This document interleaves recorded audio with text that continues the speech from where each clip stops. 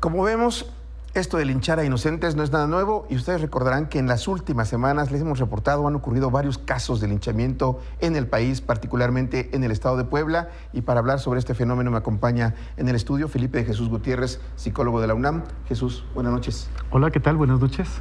¿Los linchamientos son un síntoma de qué? De que, mira, yo creo que en primera instancia son dos cosas. Un vacío de poder y alguien lo tiene que llenar. ¿Sí? En este caso, la justicia pues se aplica por propia mano, pero es un fenómeno social muy complejo, que además tiene raíces históricas, culturales, y tal vez hasta tendríamos que analizar las raíces religiosas. Pero ese tema evidentemente es muy espinoso, ¿no? Porque se tocan siempre fibras muy sensibles en la gente. Entonces, en psicología social se estudian mucho estos casos, estos terribles sucesos, y se llegan a conclusiones muy reveladoras. Por ejemplo, se requiere de liderazgo de alguien, y evidentemente alguien que le cede liderazgo a esta persona. Mira, no es lo mismo hablar de multitud que de agrupaciones, que de muchedumbre. Es decir, para que exista el linchamiento tiene que haber un grupo. Es un nivel de organización social mucho mayor. Son unas personas que están esperando el microbús. No podemos decir que sean un grupo. Están juntos, pero no tienen objetivos comunes. ¿Sí? Aquí en este caso se organizan los grupos porque tienen objetivos comunes. La forma más simple, más básica, digamos que hasta primitiva de organizar un grupo es alrededor de un líder. ¿Sí? Características que tienen las personas en esta clase de grupos, pues es que la mayoría son dependientes, no tienen autodeterminación, lo que en psicología se llama heteronomía.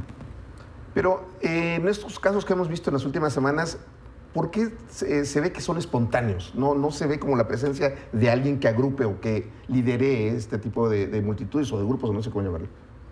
Te digo, espero no herir susceptibilidades, pero parece que ahorita recordando el caso de Canoa, lo que pasó recientemente en Coajimalpa, suenan las campanas de la iglesia del pueblo. ¿Sí? Entonces, o sea, el líder no necesariamente es una persona, como en el caso de Coajimalpa. Las campanas se vuelven un líder. Sí. Entonces, te digo, yo creo que ahí hay un componente, ¿no? Que es cierta organización social.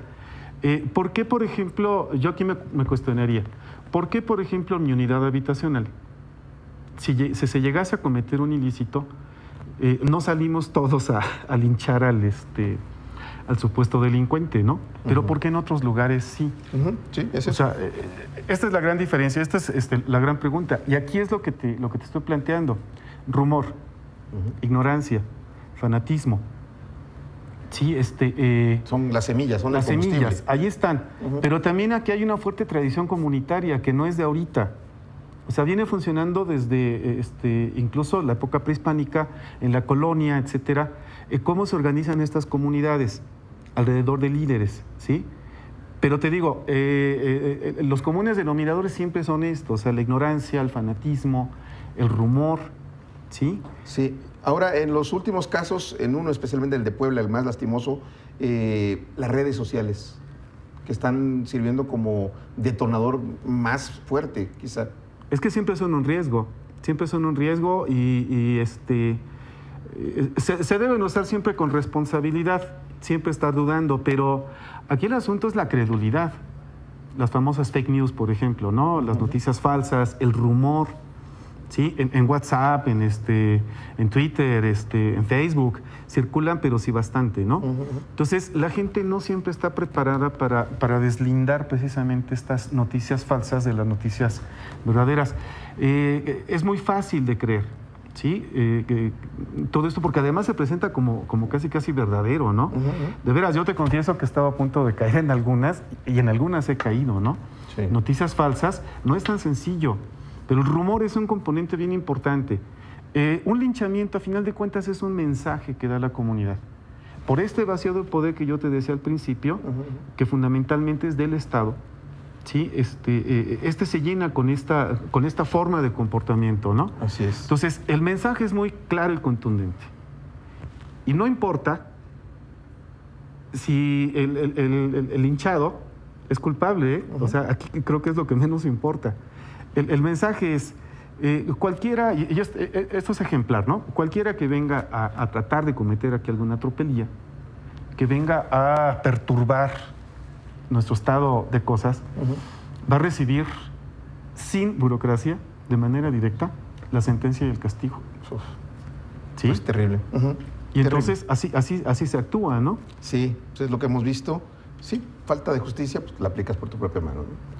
Felipe Jesús Gutiérrez, psicólogo de la UNAM, te agradezco muchísimo. Muchas gracias por la invitación. Muy amable. Buenas noches. Buenas noches.